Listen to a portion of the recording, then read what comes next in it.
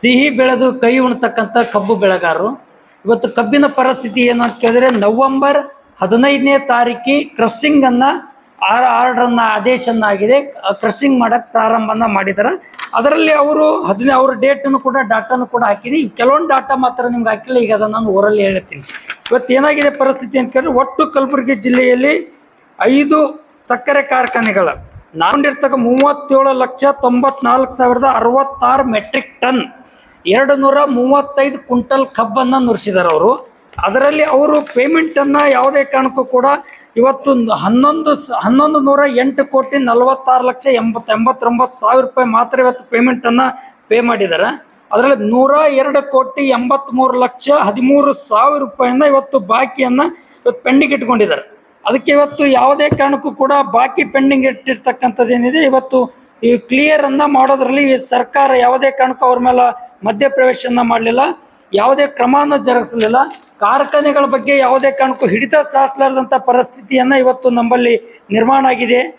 ಹಾಗಾಗಿರೋದ್ರಿಂದ ಇವತ್ತು 2 ಸರಿ ಸರ್ಕಾರದ ಪ್ರೋತ್ಸಾಹಧನ 50 ರೂಪಾಯಿಯನ್ನು ಬಿಡುಗಡೆ ಮಾಡ್ತೀನಿ ಅಂತಕ್ಕಂಥ ಮಾತನ್ನು ಹೇಳಿದ್ದು ಕೂಡ ಅದು ಹೋದ ಸಲ ಏನೋ ಮೊನ್ನೆನೋ ಒಂದು ಟರ್ಮ್ ಅನ್ನ ಬಿಡುಗಡೆ ಮಾಡಿದೆ. ಈಗೇನೋ ದುಡ್ಡು ಬಿಡುಗಡೆ ಮಾಡಿವೆ ಅಂತಕ್ಕಂಥ ಮಾತನ್ನು ಹೇಳ್ತಾ ಇದ್ದಾರೆ. 2 ಟರ್ಮ್ ಅನ್ನ ಟೋಟಲ್ ಅಮೌಂಟ್ ಎಂದು ಕೂಡ ಒಂದು ಡಾಟಾನು ಕೂಡ ನಿಮ್ಗೆ ಹಾಕ್ತೀನಿ. ಆ ಅಮೌಂಟ್ ಬಿಡುಗಡೆ ಮಾಡಿವೆ ಅಂತ ಹೇಳ್ತಾರೆ. ಎಲ್ಲೂ ಕೂಡ ಯಾವ ರೈತರಿಗೂ ಪ್ರೋತ್ಸಾಹಧನ 50 ರೂಪಾಯಿ ಮಾತ್ರ ಸೇರಿಸಿ ರೈತರಿಗೆ ಅನ್ಕರ ಅಮೌಂಟ್ ಅನ್ನು ಹಾಕಿಲ್ಲ ಅಂತಕ್ಕಂಥ ಮಾತನ್ನು ಇದು ಬಹಳ ಖೇದಕರ ಸಂಗತಿ ಅನ್ನುವಂಥ ಮಾತನ್ನು ಹೇಳಕ್ ಬಯಸ್ತೀನಿ. ಈ ಪೇಮೆಂಟ್ ಡಿಲೇ ಇಷ್ಟಿಷ್ಟು ತಿಂಗಳು ಆದರೂ ಕೂಡ ಕೊಡಿಸಲಾರ್ದೇ ಪೆಂಡಿಂಗ್ ಆಗ್ತಕ್ಕಂಥದ್ದಿದೆ. ಸರ್ಕಾರ ಇವತ್ತು ಕಬ್ಬು ಬೆಳೆಗಾರರ ವಿರೋಧಿ ಧೋರಣೆಯನ್ನು ತಾಳಿದೆ ಅಂತಕ್ಕಂಥ ಮಾತನ್ನು ಈ ಸಂದರ್ಭ ನಾವು ಹೇಳಕ್ಕೆ ಬಯಸ್ತೀವಿ.